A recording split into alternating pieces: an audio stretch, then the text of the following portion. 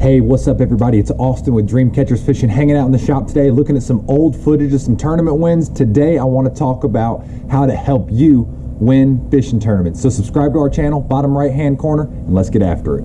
Bass fishing was really founded on tournament competition. So I know it's your desire as well as my desire and many other people's desire to win fishing tournaments. So today I'm looking at a fishing tournament that I had last year on Lake Chatuge. I think it was 30 boats. Lake Chatuge is in the mountains of North Georgia, Western North Carolina. It's about half and half on both states, but it was early June, first weekend of June. And when I'm thinking about tournament fishing, it doesn't matter what tournament, I'm thinking about I need 3 patterns to win a tournament. You need a plan A, a plan B, and a plan C. And you'll really see all of that get fleshed out in this tournament because I caught fish multiple ways doing different things, and I'm going to break down each fish catch and kind of my thought process behind everything. So I'm going through this footage. The first fish catch that we have is in the back of a creek.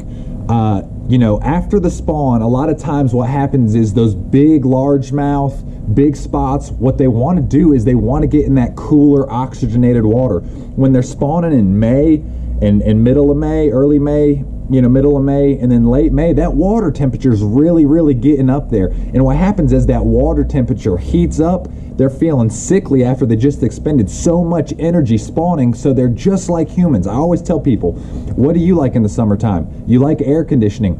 Well, fish do too. Fish love air conditioning in the late spring, like early summer and all through the summer. They want to be in that cooler water.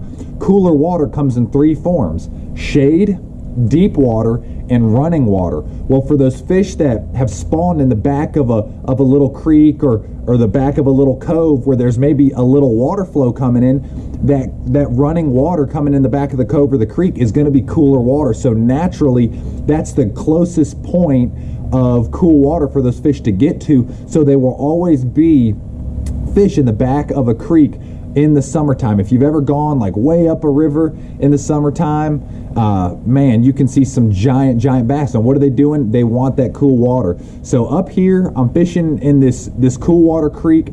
Cold water's coming in. I'm like, there's probably some post-spawn fish in here, and I'm throwing a wacky rig Senko, something really simple. You know, these fish aren't looking to be super aggressive. You can catch them, you know, on aggressive lures, but I'm like, let me just throw something super simple and something that I know is going to get bit. And right here you see a 3-pounder latch onto my bait. I'm fighting him. I'm with my buddy Dustin. Look at his rod starts to bend. He sets the hook. We're doubled up. There's a wolf pack of fish up in here getting in that cool water. They're post-spawn fish. They're feeling good. I land mine, about a 3-pounder, maybe a little bit more than 3. Dustin boat flips his, a little spot, probably about 2 pounds. So, you know, once again, this is a cold water creek. All right.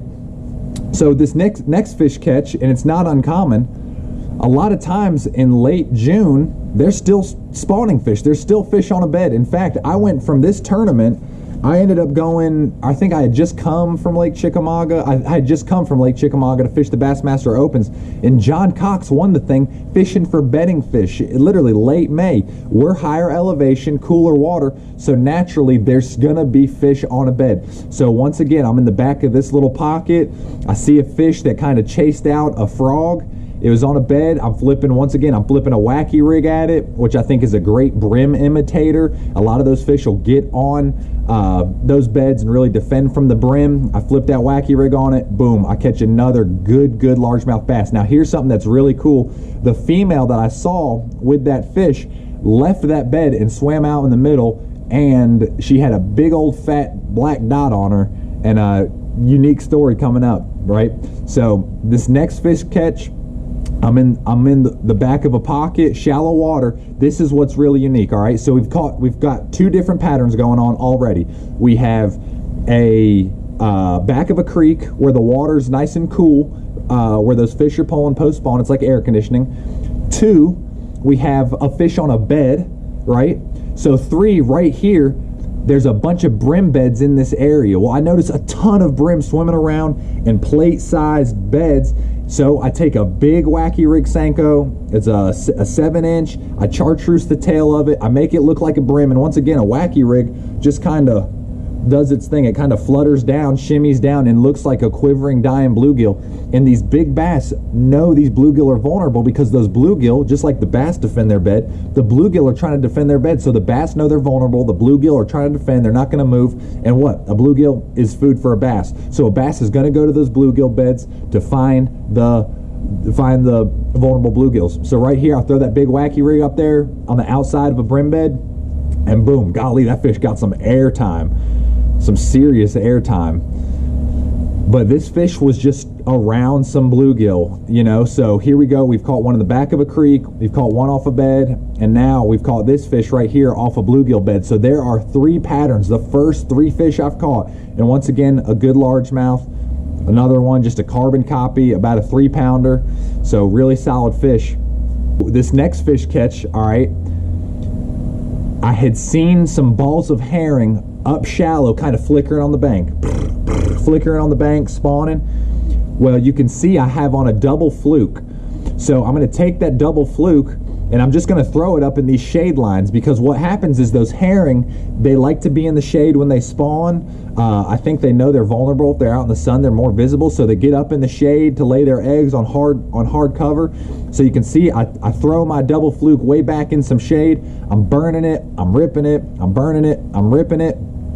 Big spot comes up, boom, eats it. So here we go. Now that's our 4th pattern, a herring spawn. We got bass spawn, back of a creek, brim spawn, herring spawn. This fish was chasing herring, and you know, it's a really solid fish. I love a double fluke during a herring spawn. So here you go. This is our 4th 3-pound fish. You know, and once again, like, it's June, the water temperature is getting really hot. It can be really hard to target quality fish, but here we go. That's our 4th 3-pound fish of the day. So once again, I pull up to this little bridge. I cast where? In the shade. There's big ball of herring in the shade. I'm ripping that fluke. I'm ripping it. Now check this out. This is crazy. I end up catching this fish. You can actually see it strike right here. Right. There's my fluke. Boom. He eats it. Big largemouth. It was the big female that came off the bed from earlier. She was like, well, I guess I'm not going to spawn with that fella. Austin caught him. And she gets out here and starts running these herring that are spawning on the bank. So she just totally gave up on her bed.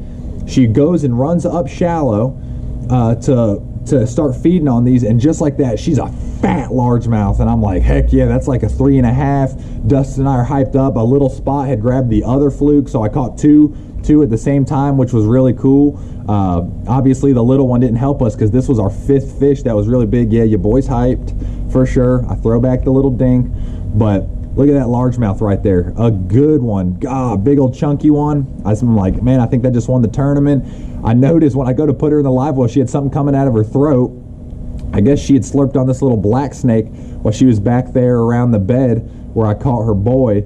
So just a gnarly one, right? So here you go. I go back into this same creek I started at in the morning. Once again, I'm thinking about, like, okay, there's herring in the back of this other creek. They're spawning. These fish are still coming up here in the back of the creek to get some air conditioning. So I'm like, maybe there's some new fish that have moved back here. So I pick up that double fluke and I'm throwing something a little more aggressive, trying to imitate a herring. I'm sweeping that rod.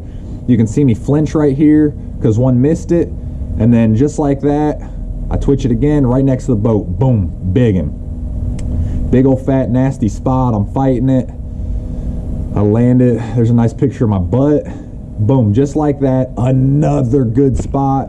That one was like 3 1/4. So, you know, you got to think about when you're fishing a tournament, you got to have multiple game plans. We caught one fish in the back of a creek laid up, just really just sluggish, getting that cool water, getting oxygenated, getting rejuvenated from the spawn. Caught another fish off of a bed still spawning. Caught a fish searching, hunting around bluegill beds, and then caught some fish doing a herring spawn deal. So you've really got to be versatile, and you got to have multiple game plans. You know, the biggest guy, I'm telling you, guys that get burned in tournaments are the guys that are like, man, I have one game plan, and they go and they run that game plan, and you have a small condition change, those fish back out, those fish get lockjaw, whatever they get. So you really have to be versatile and know, you know, like, man, if they're not doing this, I got to have plan B. If they're not doing plan B, I got to have plan C. And I can go check on all those things over the course of the day if I find areas where those fish set up like that. But the big key is having multiple patterns. If you have multiple patterns, really, really hard to beat you, because there's just so much going on and you can just fall back on so many things. So think about that. Be versatile, have multiple game plans. You'll win some tournaments. Our weigh-in is at 3 o'clock.